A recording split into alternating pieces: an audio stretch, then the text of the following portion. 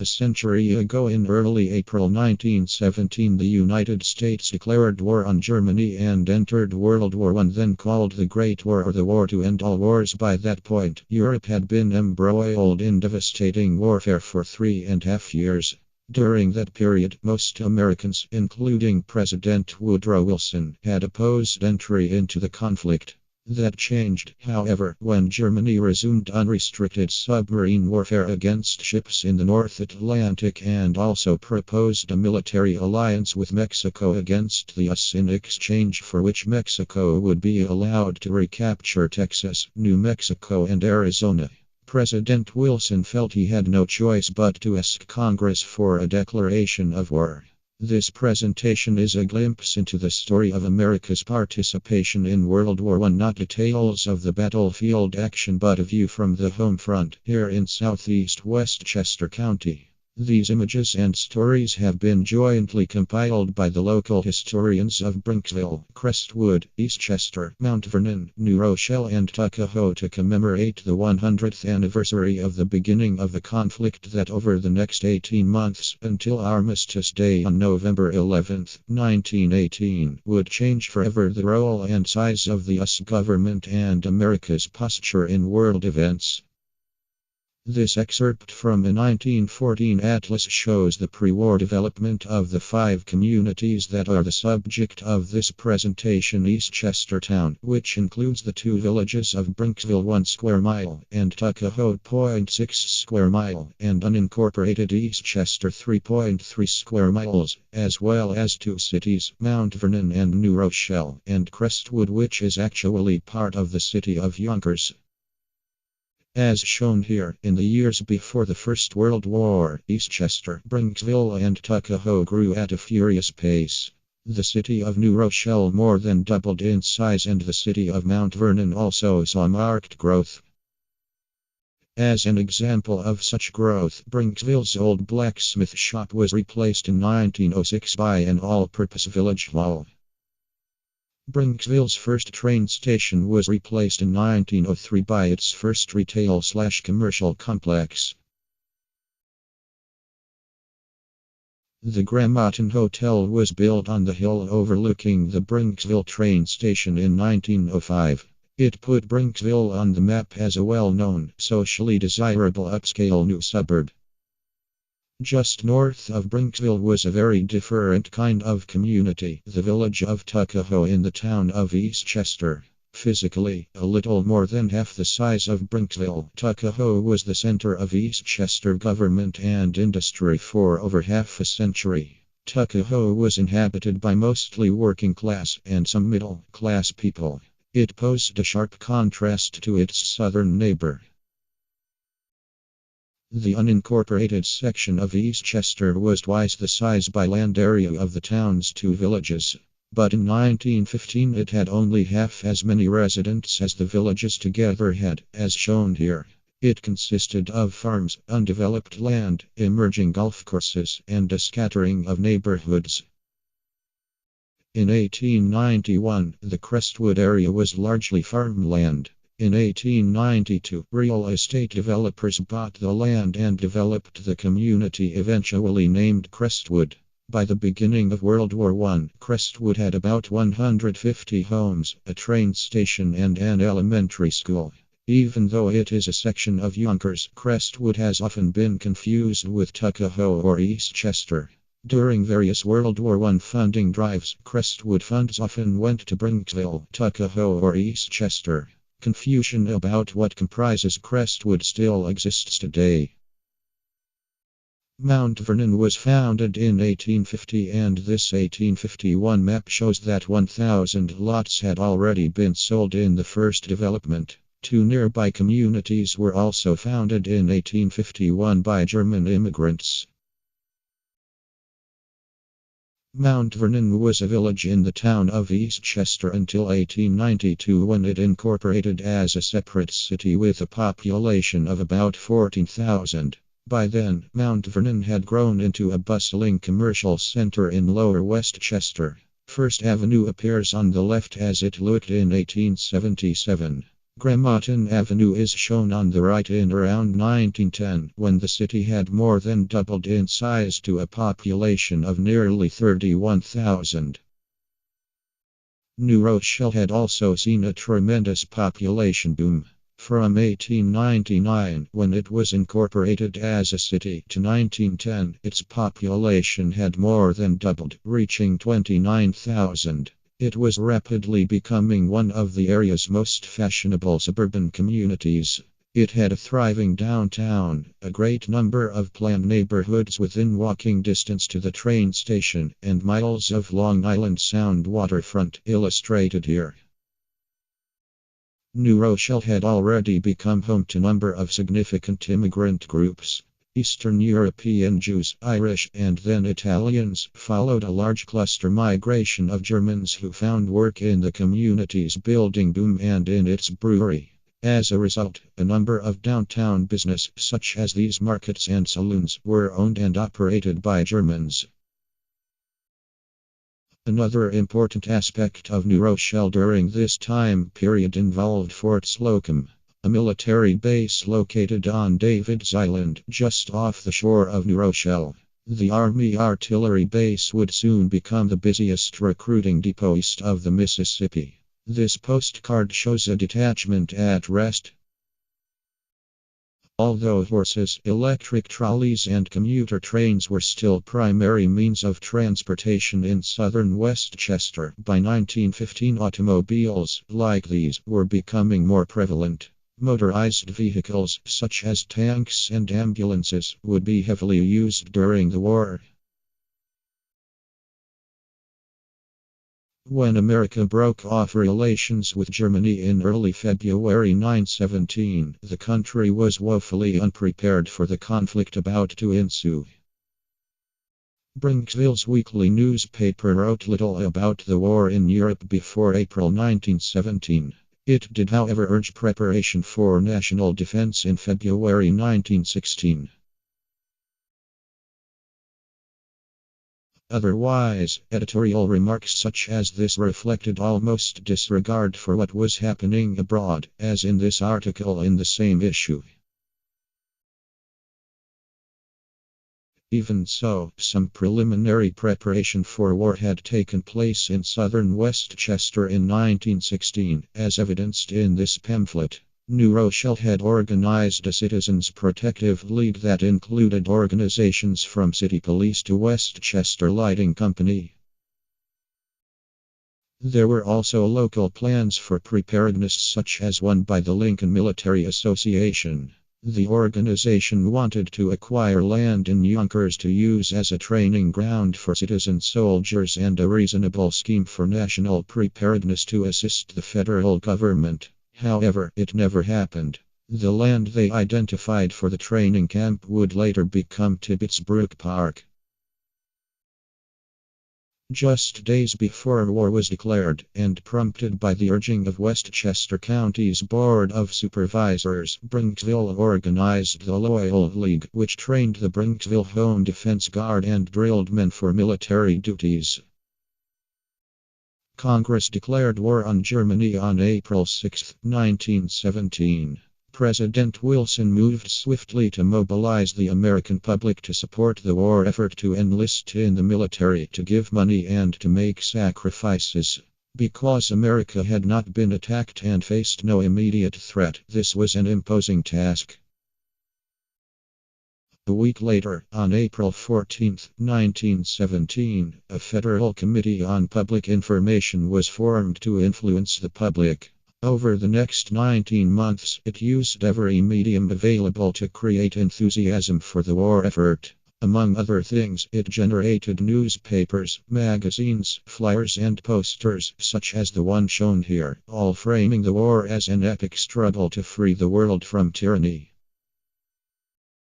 Propaganda posters were used for the first time, taking advantage of new printing processes.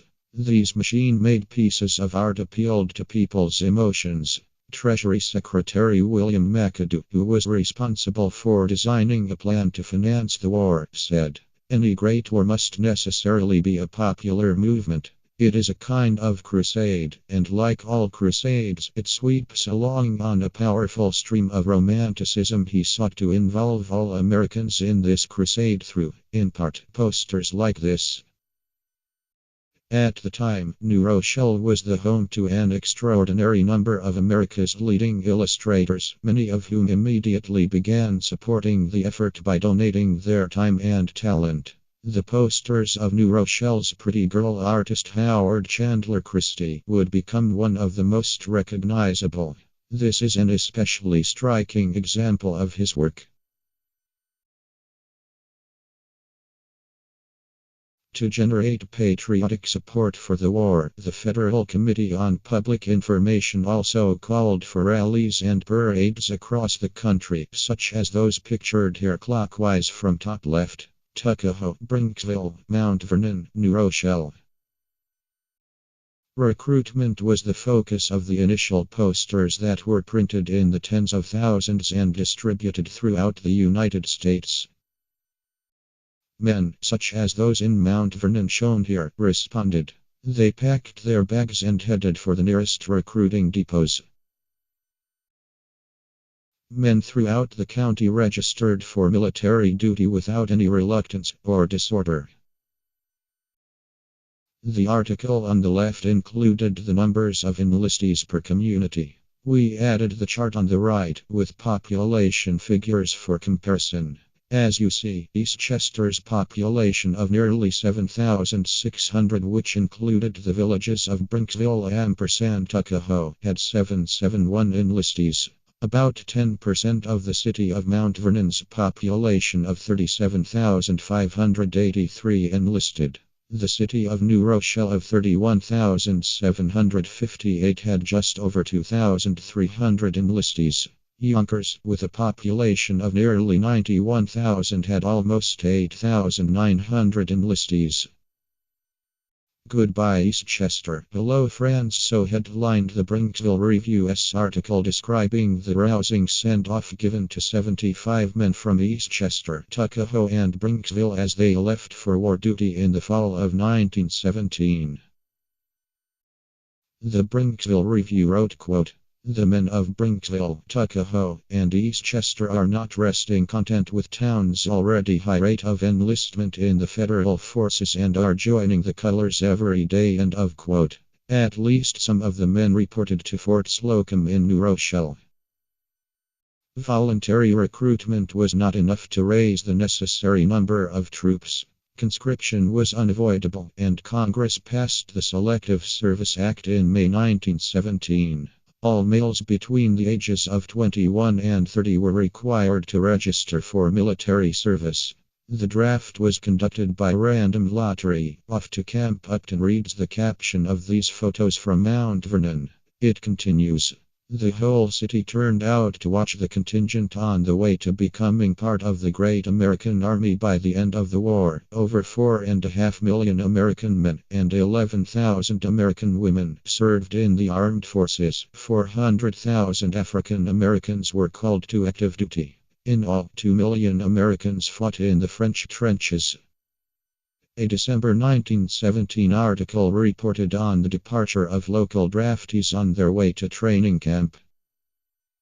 This 1917 commercial pamphlet produced by Bronxville Gramatan Coal Company depicted a soldier going off to war. Music was also used to mobilize public support for the war. Popular songwriter George M. Cohan was commissioned to write patriotic songs intended to stoke the fires of American nationalism. This song, Over There, which he wrote on a train from New Rochelle to New York City, became an overnight standard. Johnny, get your gun, get your gun, get your gun.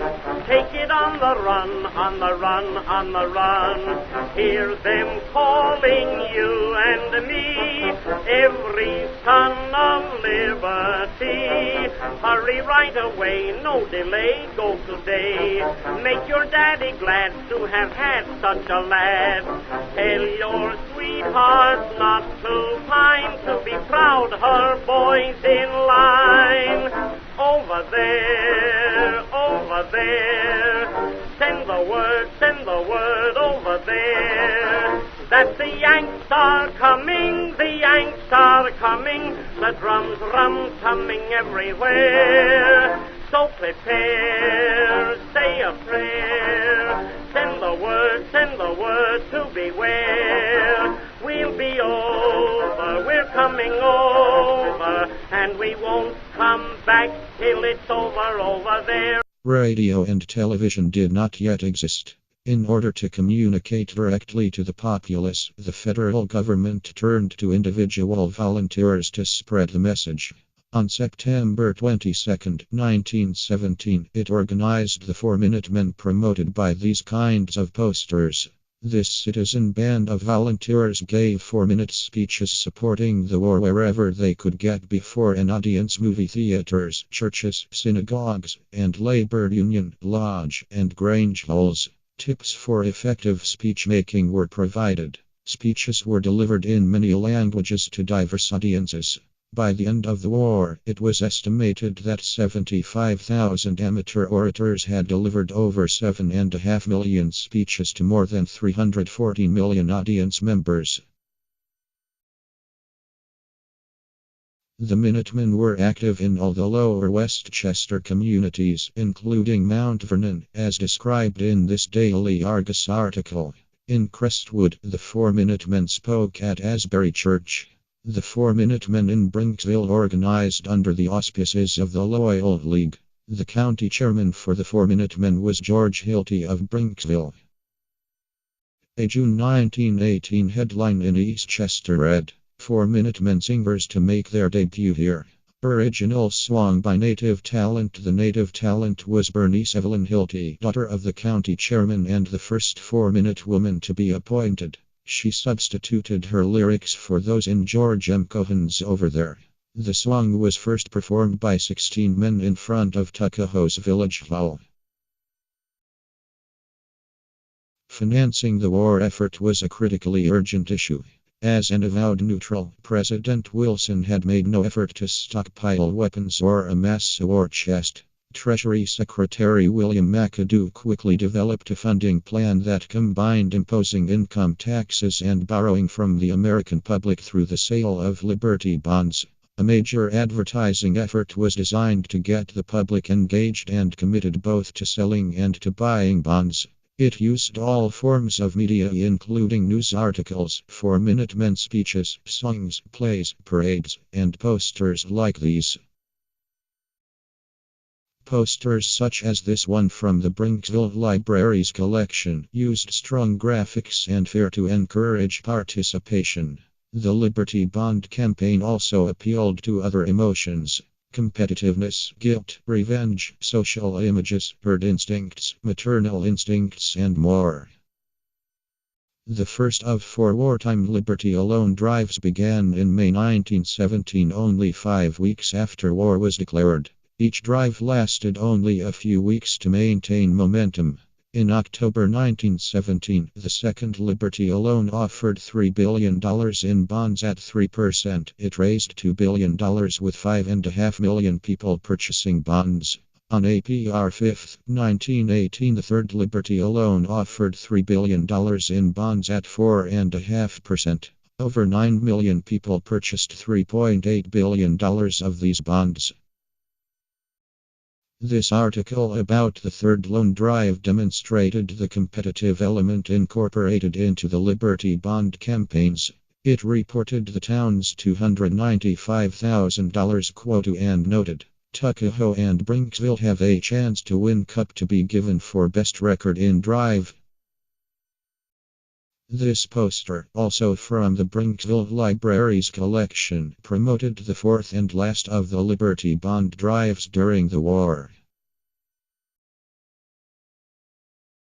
Although Liberty Bond drives were run by volunteers, local banks did their part, as shown by this 1917 advertisement. As mentioned earlier, many communities, Bronxville was one, took pride in exceeding the quotas assigned for their bond participation. As shown in this chart, Bronxville almost doubled its total quota.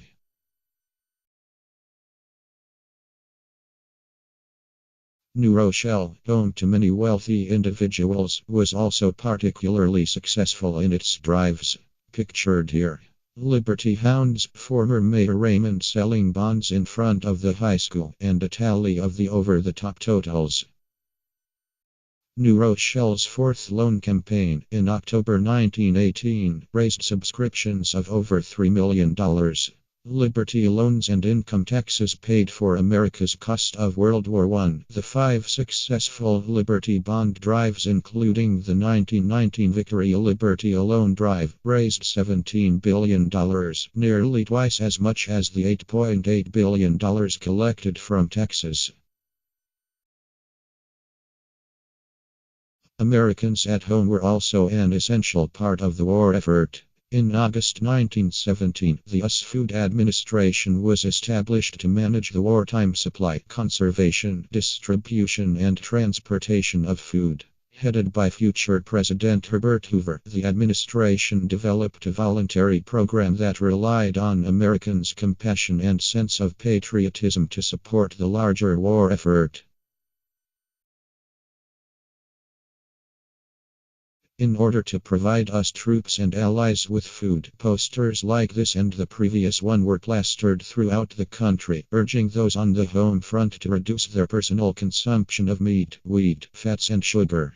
Promotions such as Meatless Tuesdays and Wheatless Wednesdays implored Americans to voluntarily change their eating habits in order to increase food shipments to the troops.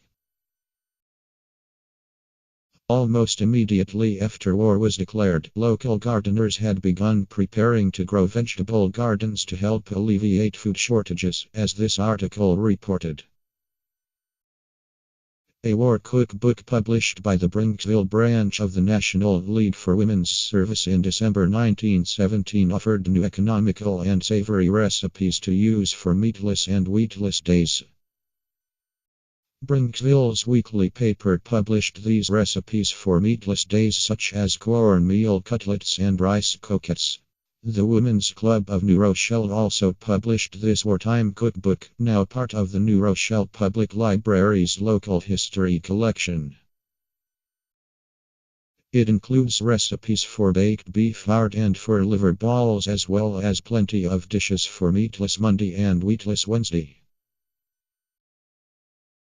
This April 1918 ad extolled the benefits of manure in one's garden and where one could pick some up from farms on California Road and on North Columbus Avenue. When you save food, you are helping the United States and her allies win the war. When you waste food, whether deliberately or through ignorance, you are giving aid and comfort to the common enemy, admonished the article in the Yonkers Statesman. Wendell's Bakery in Yonkers sold Victory bread made from cereal flour rather than wheat. These advertisements, from southern Westchester newspapers in October 1918, continued to encourage food conservation. Promotion of conservation on the home front sometimes took a commercial turn, as this advertisement shows.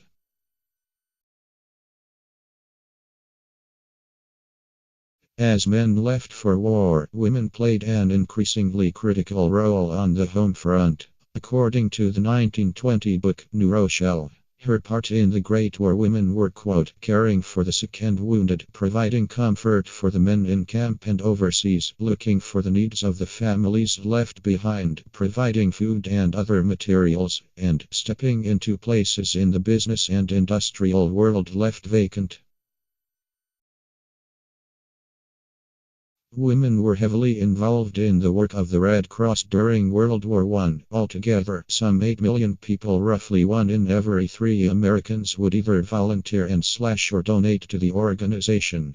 These posters are examples of many that effectively urged Americans to support the Red Cross.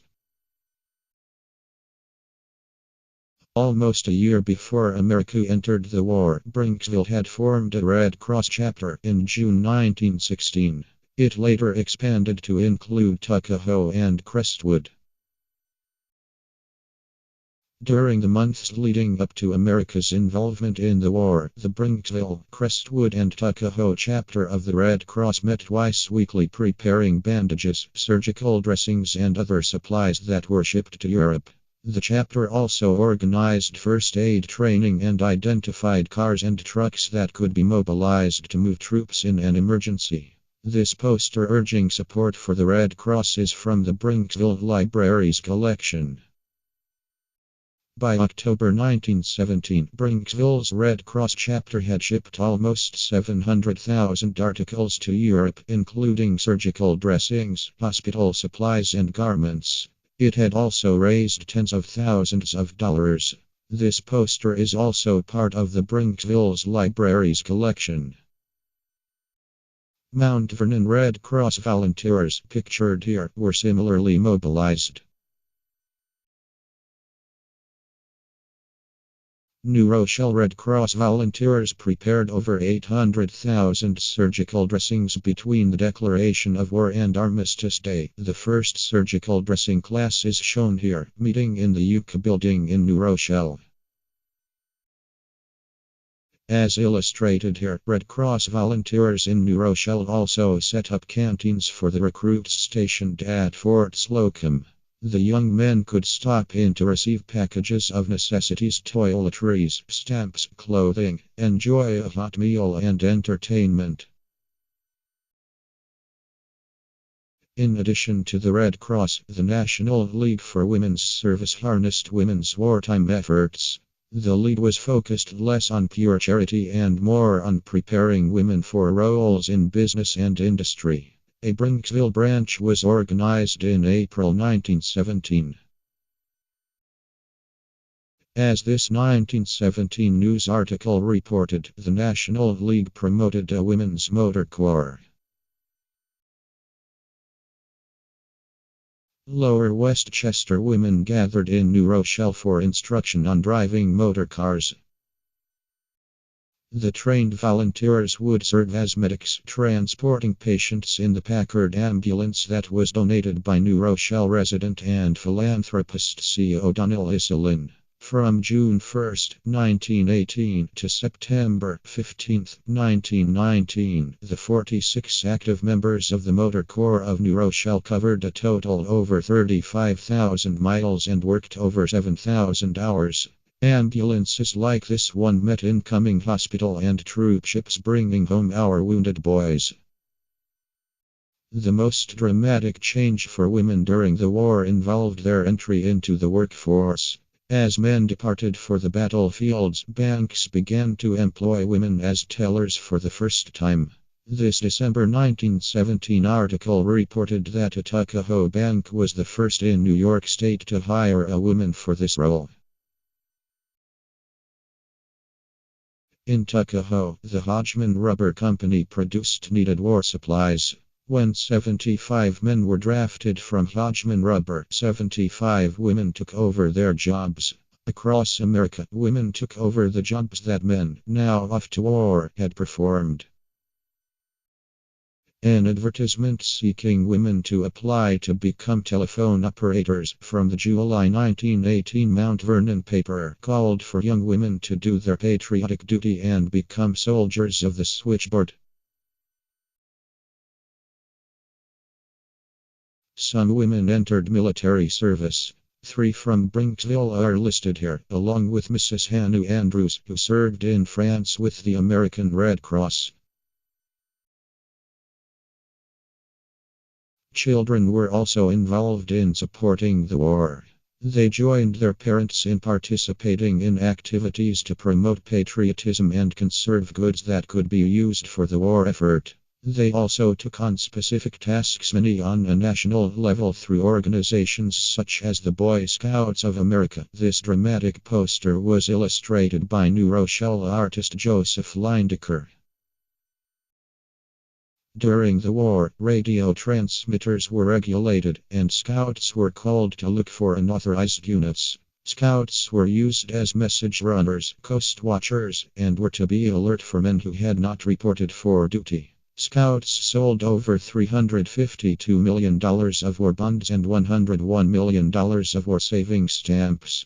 They collected fruit pits to be processed into charcoal for gas masks and inventoried black walnut trees for use as propellers and gun stocks. Mount Vernon Scouts are pictured here. School children produced patriotic plays and pageants to help boost morale and enlist community-wide participation, such as these staged by Mount Vernon children. And these performed by New Rochelle children, pictured here. Youngsters, such as these in New Rochelle, also engaged in Red Cross projects, such as making bandages and wooden boxes in which to ship the bandages overseas. As was described in this article, the goal was to have every family a member of the Red Cross. Quote, "The little ones even who don't know now what all this war horror means, in years to come will treasure their membership cards knowing that in their names was given a contribution that helped in winning a lasting world peace." On the left, New Rochelle school children are helping to win the war by tending to victory gardens at their schools. On the right, a New York Times supplement from the Eastchester Historical Society files shows Scarsdale boys among the million mobilized to work on farms. Those on the home front were urged to be on the lookout for subversives. As reported here, enemy aliens, such as citizens of Germany and Austria living in this country, were required to register with local authorities. Anyone found guilty of criticizing the government war policy, hindering wartime directives, or showing pro-German sympathies could be arrested and fined or jailed. Many argued that this was a flagrant violation of precious civil liberties, including the right to free speech. As these August 1918 articles illustrate, it was dangerous to compliment the Kaiser or refuse to celebrate an Allied victory. Nationally, Germans became targets of hate crimes, children were bullied, and property defiled. One German American was even lynched by a mob in Illinois. Such crimes against innocent German Americans were unpunished. Local hostility against Germans is illustrated by the story of a governess who had been teaching German to twin girls in Bronxville since 1910.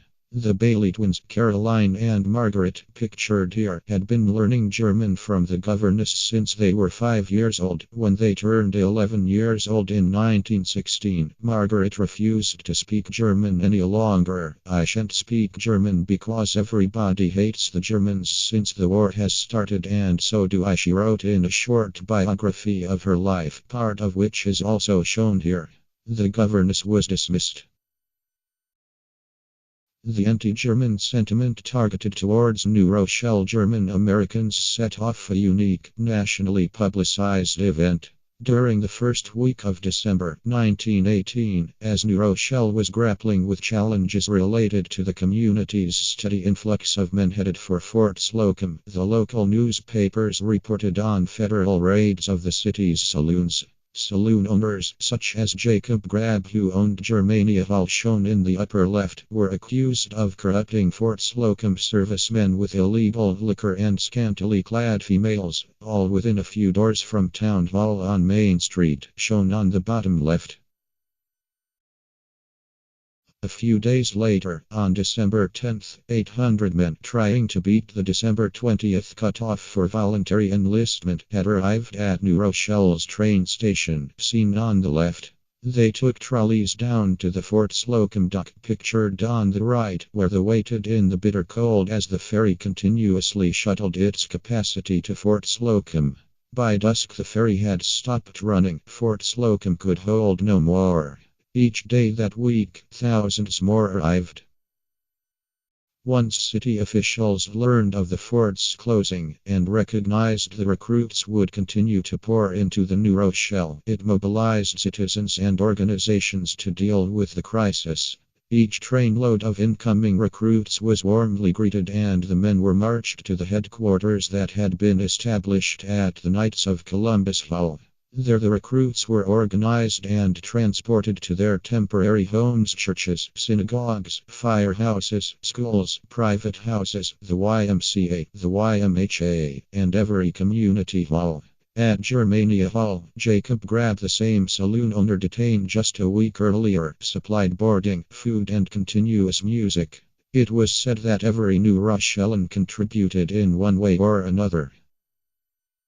Nearly 8,000 stranded men were cared for by New Rochelle residents during that week. The citizens' efforts were heralded by a flood of appreciative letters and telegrams from the recruits, parents, and hometown mayors, and in a lofty bunch of exalting editorials from the country's leading newspapers. 4,000 recruits signed a resolution acknowledging their appreciation of the self-sacrifice and unselfish spirit shown by the citizens of New Rochelle. The document was presented to the United States Congress. With nickels and dimes, the recruits mustered up gifts of bronze plaques, silk flags, handsome watches, and holiday bouquets for their hosts. In 1919, a bronze plaque, seen at the top, was dedicated by the Massachusetts recruits in gratitude to the teachers and citizens who accommodated them at Trinity School. Another group organized a collection to create the bronze plaque below. Today, it can be seen in the rotunda of City Hall. As the recruits and draftees left home, those on the home front waited eagerly for news, especially from soldiers over there. Here, a late 1917 Bronxville Review editorial congratulates the parents of our own Bronxville boys who have met the enemy. Letters from men and a few women serving in Europe were often published in the local newspapers. Hanu Andrews served in France for 16 months, heading up a unit of Smith College Red Cross women ambulance drivers near the front. She wrote dozens of letters home, which are now part of the Bronxville History Center's archives. In this one, dated September 17, 1918, she thanks Bronxville residents for sending money to support her unit's work. The last page of Hanu Andrews' letter describes work the Smith College women running canteens behind the front at Chateau Thierry front in France. Part of the Second Battle of the Marne, fighting at Chateau Thierry was one of the first actions involving the American Expeditionary Forces. Our men are putting up a wonderful fight, wrote Mrs. Andrews. A cable about a wounded Bronxville man was front page news in July 1918. Bronxville people, including Mrs. Andrews, visited him in the hospital in France and wrote home to report his improving condition. Penrose Stout, a young architect from Bronxville, became an aviator in France. He wrote home regularly, illustrating his missives with sketches. This letter describes his first training flight in France, which lasted 12 minutes and involved some bumpy moments. In October 1918, the Daily Argus published segments from a letter home by Alan Johnson. He describes the quarantined conditions on a Syracuse base, where he was waiting to be shipped out for war. In October 1918, New Rochelle's Wares department store warns those sending Christmas packages overseas to get orders in right away. At 11 a.m. on November 11, 1918, the war is over. Throughout the country and locally, spontaneous celebrations erupt in the streets. New Rochelle's People Parade began at 4 a.m., as reported in the Evening Standard. Mount Vernon teachers, dismissed from school early on Armistice Day, head to the subway on their way to join in the victory celebration in New York City. Sadly, the same day the end of the war is reported, local newspapers such as the Evening Standard are carrying news of boys who would not be coming home. Those killed in battle, such Capt. H.K. Foster, who was killed in action on October 4th, as seen in the article in the center of the page.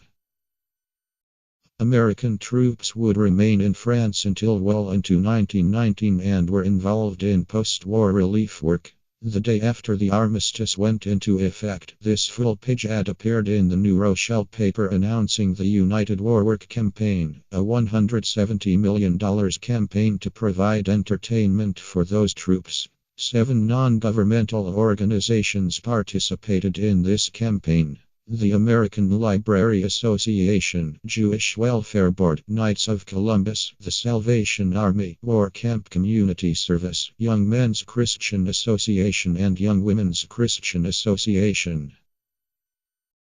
This oddly tepid front page of the Bronxville Review of November 15, 1918, the first issue published after the armistice, may reflect the passage of the initial euphoria. This thoughtful editorial appeared in the same issue of the Bronxville Review. It focused on the need for post-war relief work in France. The November 13, 1918 editorial in the Eastchester paper also considered the staggering amounts of post-war aid needed by France. In December 1918, Bronxville paid a ceremonious farewell to the Home Defense Guards. Our southern Westchester communities would not soon forget the war. Many documented their roles in the effort in booklets, such as Mount Vernon's part in the World War as shown here. The Bronxville Village historian wrote a detailed, multi-part series about the community's Homefront activities during World War I that was published in the Bronxville Review in 1923. This hardcover book, New Rochelle. Her part in the Great War, was published by resident Condby Palin, the publisher of the Catholic Encyclopedia. It included historical and biographical sketches of individuals and organizations who rendered valuable service to their country during the Great World War. 2,000 copies were printed before the type was destroyed. Fortunately, print editions are in the New Rochelle Public Library's collection and a scanned version can be found online. Communities paid tribute to those who served in the war by erecting monuments, such as this one in Mount Vernon. Dedicated to the loyal sons and daughters who served in the war, it is located in Hartley Park, very near at the circle that connects Gramatan Avenue with Lincoln Avenue. This monument in Tuckahoe honors those residents who served and those who gave their lives in the Great War. It is located at the foot of Winter Hill Road and Cronin's Hill, just north of the intersection of Main Street and Marbledale Road. New Rochelle's World War I memorial commemorating the New Rochelle residents who lost their lives in the war was dedicated on December 11, 1921, in Faneuil Park at the east junction of Main and Huguenot Streets. The New Rochelle Art Association raised $35,500 for its design, fabrication, and completion. Bronxville's Memorial to the Great War, dedicated in 1926, was built in front of the school on Pondfield Road. It was funded in part by a gala headed up by Jerome Kern, which also featured Paul Whiteman's orchestra, Ed Wynn, Oscar Shaw, and Eddie Cantor. This memorial, which was recently refurbished, lists those from Bronxville who served in the war, including 6 who died. The Leonard S. Morange Park west of Bronxville's train station also honors World War I servicemen, including the first Bronxville fatality. Although the war to end all wars is now sadly known as World War I, it must be remembered today as one of the greatest ever mobilizations of Americans both over there and here on the home front as the country unified in support of freedom. This presentation was researched and produced by Gigi Carnes, Curator, Lasdon Park, Arboretum and Veterans Memorial President, Crestwood Historical Society. Barbara Davis, City Historian, New Rochelle Community Relations Coordinator, New Rochelle Public Library. Rich Forliano, Town Historian, Eastchester. Lissa Halen, Curator, Eastchester Historical Society. Ray Geselbracht, Archivist, Bronxville History Center. Donna M. Jackson, Acting City Historian, Mount Vernon. Eloise Morgan, Village Historian, Bronxville. David Osborn, Site Manager, St. Paul's National Historic Site. Alice and Phil White, Village Historians, Tuckahoe. The Yanks are coming, the drum coming everywhere. So prepare, say a prayer, send the word to beware. We'll be over, we're coming over, and we won't come back till it's over there.